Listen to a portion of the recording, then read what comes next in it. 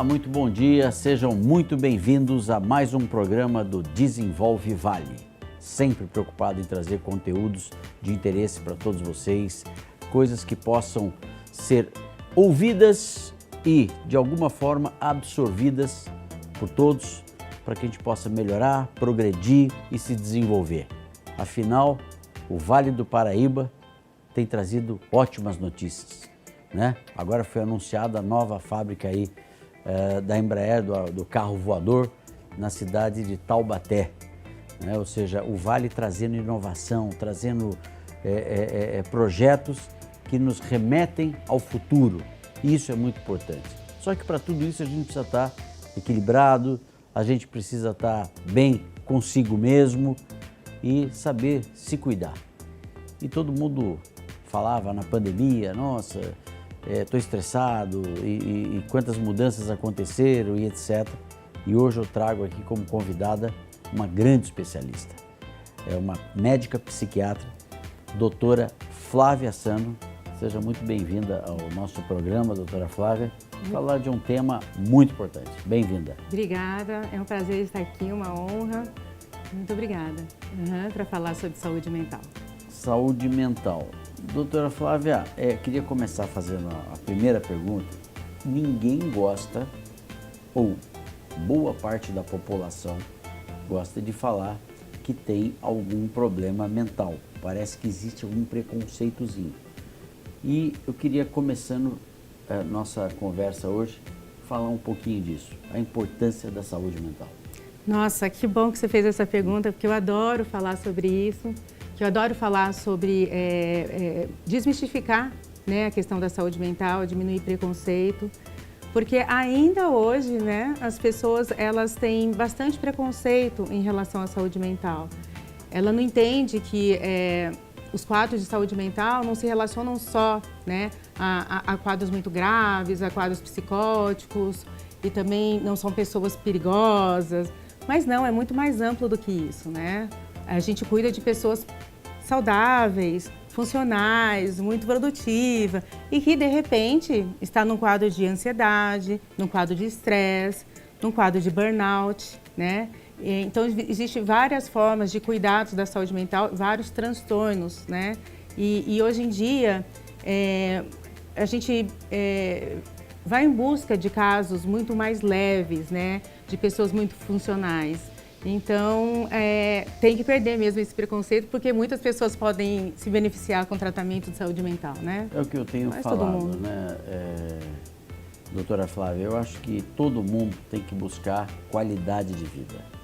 Não se preocupe, se você tem aí, como está sendo falado aqui pela doutora Flávia, né, uma situação mal resolvida na sua vida, algo que te traga uma ansiedade, não perca tempo, procure ajuda. Eu acho que isso que a senhora estava colocando muito bem, que não significa que a pessoa é fora da linha porque tem algum desconforto mental, né? Acho que a palavra mental que talvez a pessoa lá do passado, que se falava muito naqueles hospitais psiquiátricos. Não é à toa que existe um estigma, né? Isso que eu ia perguntar. A psiquiatria ela foi obsoleta por bastante tempo, né? Ela está se desenvolvendo cientificamente muito mais agora, né? E assim, está se promovendo muito mais conhecimento sobre a área mais agora. Antigamente, assim, os tratamentos eram bem mesmo limitados em hospitais psiquiátricos, com poucas medicações, com tratamentos, né, mais rigorosos. Hoje não, né? Se desenvolveu muito cientificamente, se descobriu muita coisa, tem muito tratamento novo, ampliou muito as possibilidades, porque antes os quadros eram assim, ou você tem um quadro grave, ou é assim, ou é assado. Hoje a gente fala de espectros. Ou era normal ou anormal? Ou anormal. Hoje a gente fala de espectros, então pode ter várias formas de um transtorno, né? Me fala uma coisinha, você citou burnout, assim que fala? Sim, burnout. Síndrome de burnout. Síndrome de burnout, eu já tinha ouvido falar e ouvi falar mais depois da pandemia. Não sei se isso é uma coincidência ou não, mas para os nossos telespectadores, o que vem a ser exatamente síndrome de burnout? A definição de síndrome de burnout é a mesma coisa de síndrome do esgotamento mental, mas está relacionado diretamente ao trabalho. Então, normalmente são pessoas que passam por um estresse prolongado, né, do ambiente de trabalho e acaba desenvolvendo vários sinais de sofrimento, né? Desde a sensação de esgotamento, de cansaço mental muito grande, de não estar mais aguentando, até uma sensação que a gente fala de despersonalização, que seria mais uma indiferença ao trabalho, um desdém, eu não estou nem aí mais, eu não me intero mais com a equipe, não estou muito preocupado com nada, até uma sensação de desrealização profissional. Então, eu já passo a não gostar mais da minha profissão, aquilo passa a não me interessar.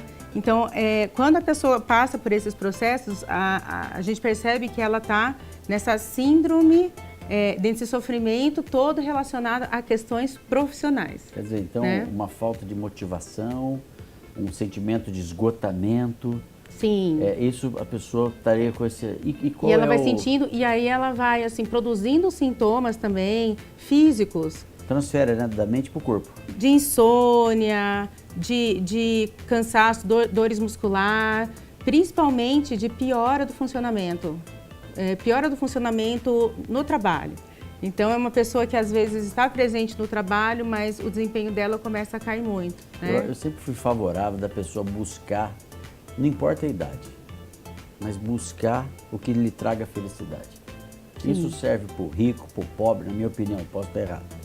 Porque eu acho que tem muita gente que reclama a vida inteira do que faz, mas também não faz nada para mudar. Mas... né? E sempre acha um culpado para aquilo. Gente, se não está bom, tem que buscar um caminho para mudar. Mas Kiko, em relação ao burnout, às vezes a pessoa ama o que ela faz. Ela nasceu para aquilo, entendeu? Mas alguma situação no ambiente do trabalho que esteja estressando ela, ou por uma sobrecarga, ou por um assédio moral, ou por uma falta de vinculação com os colegas, situações assim vão deixando ela nesse estado. Mas assim, não é uma questão de que ela está perdida em relação a ela mesma, do que ela gosta. Entendi. Não, é o ambiente do trabalho que vai fazendo isso com ela. E não é considerada, assim, ela em si, uma doença. Não é? Não é uma doença, a síndrome de burnout. Mas já é considerada um fenômeno relacionado ao trabalho. Então, ela já entrou, né, no Código Internacional de Doença, né, o último, o CID-11, mas assim, como algo que está vinculado ao trabalho. Mas assim, e que ela pode gerar doenças. Aí ela pode gerar, por exemplo, um transtorno depressivo, mas, assim, um transtorno ansioso. A síndrome do burnout, durante o momento que ela está trabalhando, mas na hora que ela vai para casa, ela fica normal ou não? Ela fica bem. Fica bem? É isso que é o diferencial de, por exemplo, um quadro de depressão com um quadro de síndrome de burnout, é isso. Em casa, em outras atividades, ela está sentindo prazer, ela está animada, ela está se sentindo bem com ela mesma. A questão é no trabalho. É como se fosse uma ojeriza mesmo a questão do trabalho. E aí precisa de mudanças para que essa pessoa retorne, né, e volte a gostar e produzir bem o trabalho dela, né? Doutora Flávia, nós temos um breve intervalo comercial. Estamos conversando com a doutora Flávia Sano, psiquiatra. Vamos a um breve intervalo, voltamos em seguida.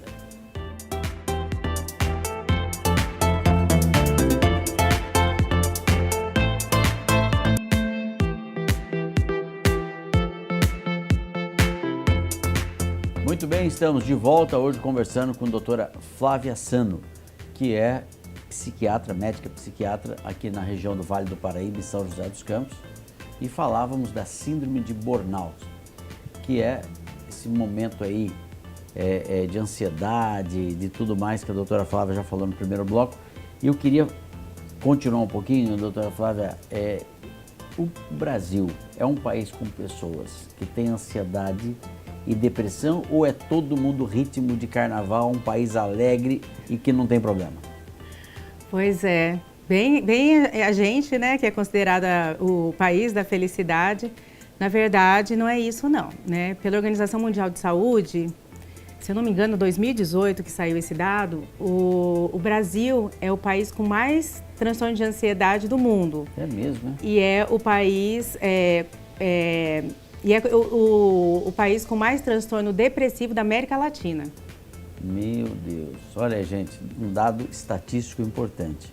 Por isso que a gente tem que dar atenção. Uma pessoa que não está bem mentalmente, né, que não está motivado. É tão bom estar motivado, né, doutora Flávia? Acho que todo mundo sabe quando está motivado, né? E se a pessoa está tendo dificuldade para encontrar espaços de motivações,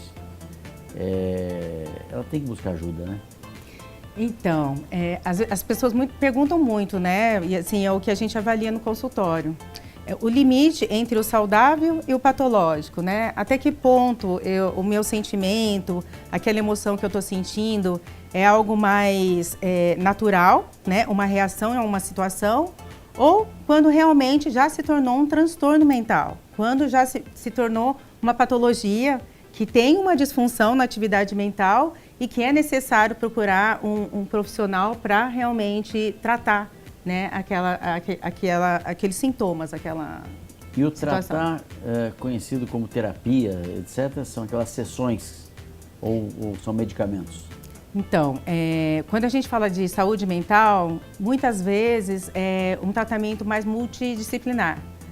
Pelo menos um psiquiatra e um psicólogo. Ah, é? Quando é só o psicólogo? Quando a gente percebe que não existe ainda uma disfunção da atividade mental. Não existe ainda sintomas suficientes para que a gente perceba que a pessoa adoeceu. Quando ela adoeceu, ela precisa tratar, ela precisa de um médico para cuidar, como qualquer outra patologia. Se uma pessoa apresenta uma alteração da glicemia, da insulina, ela vai ter que tratar o diabetes. Se o paciente está com sintomas, né, que definem um quadro de depressão, ela vai ter que tratar a depressão, né? Agora, se são só conflitos emocionais, são só dificuldades de lidar com o dia a dia, são só emoções normais, né, reativas, só a psicoterapia, né? Porque assim, vamos lá, durante o dia a gente acorda, está motivado, recebe um telefonema que não agradou, de um problema. Isso já mexe, não sei se é no humor, mas mexe com a pessoa, né? Existem situações de pessoas que absorvem melhor isso e continuam, e outras que se abalam. É possível tratar isso para que a gente tenha mais resiliência? Porque todo mundo tem problema, né, doutora Flávia? Exatamente. Qualquer um tem, qualquer país, qualquer um tem problema. Às vezes a gente acha que não, porque todo mundo olha o Instagram lá e vê todo mundo rindo ali, né? Mas tem os problemas, tem os desafios, né? Kiko, eu vou dar um exemplo então para você, tá? Igual você está falando, eu recebi um telefonema de alguma situação difícil, eu fiquei chateado, tal. Isso. Mas tudo bem, eu acabei depois disso processando, conversando comigo, né? Fiz alguma coisa que aliviou e aí eu melhorei. O depressivo vai ser diferente, né? Ele vai estar uma pessoa mais vulnerável, que é como se ele não tivesse capacidade de lidar com uma situação de estresse mais. Entendeu? Assim, em relação ao que é saudável e o que é doença. Então, assim, aquilo vai abalar ele vai ficar pensando muito naquilo, ele vai ficar sensível, aquilo pode ser uma situação que ele vai deixar de dormir, que ele vai deixar de comer. Então, assim, ele não tem uma resposta, ele não tem uma reação. É um dos exemplos, entendeu? Sim. Entre uma pessoa que está saudável e é só uma situação de frustração e alguém que está doente. Se ele se abala nesse nível, ele pode começar já a transferir para a casa dele, transferir para os que estão em torno, né? Exatamente. Uhum. Uma das coisas assim que é mais básica que as pessoas falam quando vão no consultório, elas falam assim, é uma situação que parece que há um mês eu não sou mais a mesma. Eu não tenho as mesmas reações que eu esperava ter. Esse já seria um quadro depressivo. Já é um sinal de que a pessoa possa estar adoecendo. Com uma consulta no seu consultório, já é possível perceber um diagnóstico da pessoa? Sim. Se é um quadro depressivo, se é algo mais momentâneo? Tem quadros que não são muito complexos para a gente investigar, né? Mas tem quadros que realmente às vezes é um pouquinho mais difícil. Então, vamos supor um quadro de transtorno bipolar, um transtorno de personalidade, um transtorno autismo. Às vezes a gente precisa, né, de uma avaliação de mais dias, de informações externas, de conversar com o psicólogo da pessoa, pedir para fazer alguma avaliação. Mas normalmente, assim, um quadro de depressão não é muito difícil a gente constatar, né? E aí a gente fica nessa, é uma pessoa que está com uma depressão... por exemplo, ontem eu atendi um paciente, né, que ele já tinha passado algum tempo atrás e ele estava num quadro de ansiedade que ele me procurou. E a gente conversando no ano passado, a gente viu que não, era uma reação normal. Era uma ansiedade que ele estava passando, né, por um momento de desafio no trabalho e que era uma questão só de fazer uma psicoterapia pontual. Mas ontem ele voltou, né, ele assumiu a gerência da empresa e aí aumentou muito a responsabilidade dele. E aí já mudou o quadro. Aí ele já não está dormindo há bastante tempo, ele já está emagrecendo, ele já tem ficado mais irritado, ele não está funcionando muito bem. Aí a gente percebe que já é um quadro já que está indo para o patológico e aí precisa realmente de uma intervenção medicamentosa também. E os medicamentos? Antigamente se falava muito que os medicamentos para depressão tinham muitos efeitos colaterais. Isso evoluiu? Melhorou? Evoluiu muito. Então, do que a gente estava falando de preconceito, estigma em relação à saúde mental, ao tratamento psiquiátrico, isso é uma das coisas que evoluiu muito. Então, hoje a gente tem centenas de opções, né? E assim, os efeitos colaterais, tem uns que ajudam, por exemplo, tem medicação que dá sono, então ajuda para aquele quadro que está com insônia. Entendi. Tem medicações que ativam, então ajuda aquele quadro de depressão que está muito apática, que está sem energia. Então a gente tem um arsenal muito maior. Lógico que ainda não tem a medicação ideal que serviria para todos, porque isso é muito individual, né? A gente tem até a avaliação genética para saber, né, a possibilidade de qual seria a melhor medicação para cada um, existe essa possibilidade já, mas ainda bem, e eu quero que desenvolva cada vez mais, porque isso ajuda realmente a melhorar o estigma, né, o preconceito. Perfeitamente. Nós estamos conversando com a doutora Flávia Sano, médica psiquiatra, falando aí dessas questões comportamentais de ansiedade, depressão e tudo mais. Vamos para um breve intervalo comercial e voltamos em seguida.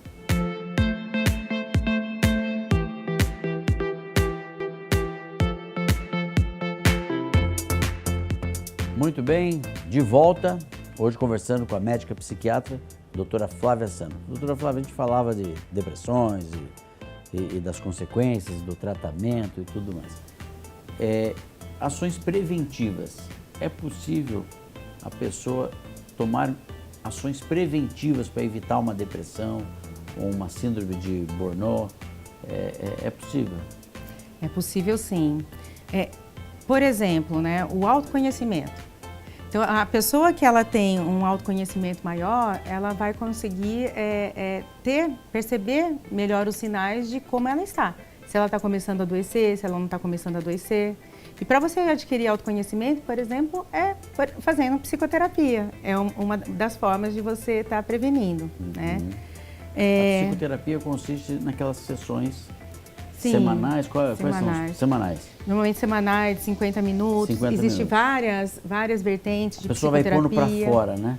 Isso, com o objetivo de autoconhecimento e também de aprender a lidar com os desafios da vida, né? Então, é uma forma de ajudar mesmo a você não adoecer, né? Mas também se adoece, a psicoterapia também é importante para ajudar nessa fase de adoecimento, né? Se entra num quadro de depressão. Mas se a gente for falar de burnout mesmo, muitas coisas as empresas podem estar melhorando para o seu funcionário, né? Por exemplo, essa questão de repente, fazer campanhas, né, de psicoeducação, né, de entender o que são os transtornos mentais. Existem transtornos mentais muito frequentes, né, nas pessoas que trabalham. Depressão, ansiedade, a depressão é uma das patologias que mais afastam, né? Então, assim, uma empresa seria muito boa se ela fizesse uma campanha explicando para todos os funcionários o que é uma depressão. Tanto para os funcionários se auto-entender, quanto para os gerentes perceberem seus funcionários que estão começando a adoecer, Isso seria feito de uma palestra? Como é que... Palestras, ter, assim, um apoio, por exemplo, de psicólogos no meio, né, para a pessoa... Diminuir esse estigma, porque o que eu percebo, isso aí é muito comum. O paciente chega no meu consultório, ela não está bem, está com burnout, desenvolveu um quadro depressivo, eu preciso afastar aquela paciente alguns dias, porque senão ela vai realmente chegar no limite, surtar, né? Surtar não, mas assim, chegar no limite, e ela não quer, por quê? Porque ela tem vergonha. Né? Para ela vai ser uma desmoralização, os colegas vão isolar ela, Vão chamar ela de fraca, vão falar que que era ela doença não... de rico, né? Antigamente falava. Isso. Ah, depressão é coisa de rico, coisa de quem e vão não desvalidar trabalha. ela, não né? pode pensar assim, não. Não dá para contar muito com essa pessoa, porque ela afastou, ela não está bem, ela não vai conseguir produzir. Então, a pessoa, ela já não aceita esse afastamento, então, porque ela tem muita vergonha de falar. Então, um outro ponto também que as empresas poderiam fazer é também uma campanha de desmistificar a psiquiatria, né? Deixar isso mais aberto, onde as pessoas logo de cara poderem falar que não está legal, para não chegar ao ponto de incapacidade. Agora, doutora Flávia, se a pessoa tem então o problema da vergonha, esse estigma, é bom te tranquilizar, porque o que acontece dentro do consultório fica só entre o paciente e o médico, correto ou não?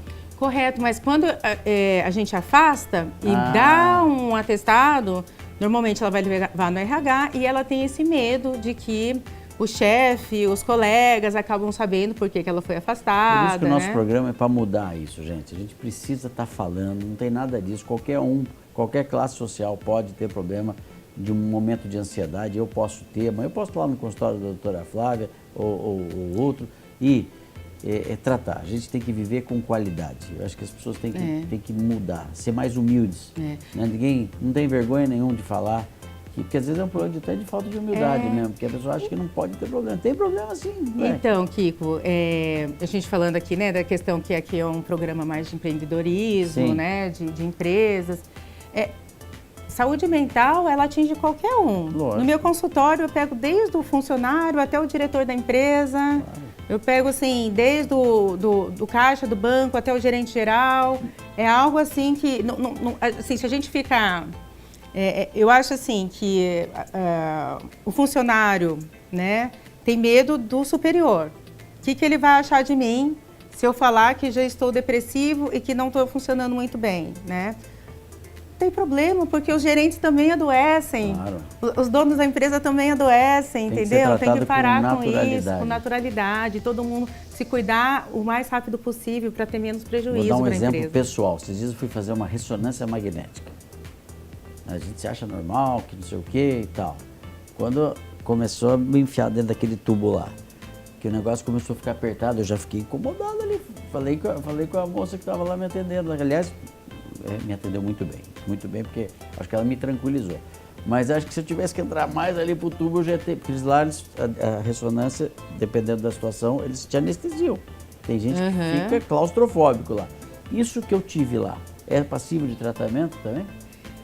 É um pânicozinho ali, eu fiz o exame normal, consegui me controlar, vamos dizer assim, mas desconfortavelmente, né? Eu consideraria isso algo situacional. Uma situação, foi um medo que você conseguiu controlar. Certo. A grande maioria das pessoas tem esse certo medo. E ela falou isso para mim, ela falou, não, o que mais acontece aqui é a gente que não entra na máquina e tem que marcar outro dia, porque para anestesiar tem que ter um médico aqui. Então, você vê que o psicológico da gente está sempre dando algum sinalzinho, né? O problema é se você começar a ter, a partir daí, ter fobia para outras situações, assim, vou entrar no elevador agora que é fechado, aí eu tô com medo, aí vou entrar no avião, aí sim, tem que procurar pelo menos um psicólogo. Perfeito, é isso aí. Doutora Flávia, nosso tempo acabou. Que pena. É uma pena, é muito boa a nossa conversa, queria agradecer. Conversamos com a doutora Flávia Sano, obrigado por ter vindo, viu? Eu que agradeço. Maravilha, nós vamos marcar outras, porque tem muito assunto aí desse tema aí para ser falado aqui. A você, telespectador, muito obrigado pela sua audiência e até o próximo programa. Obrigado.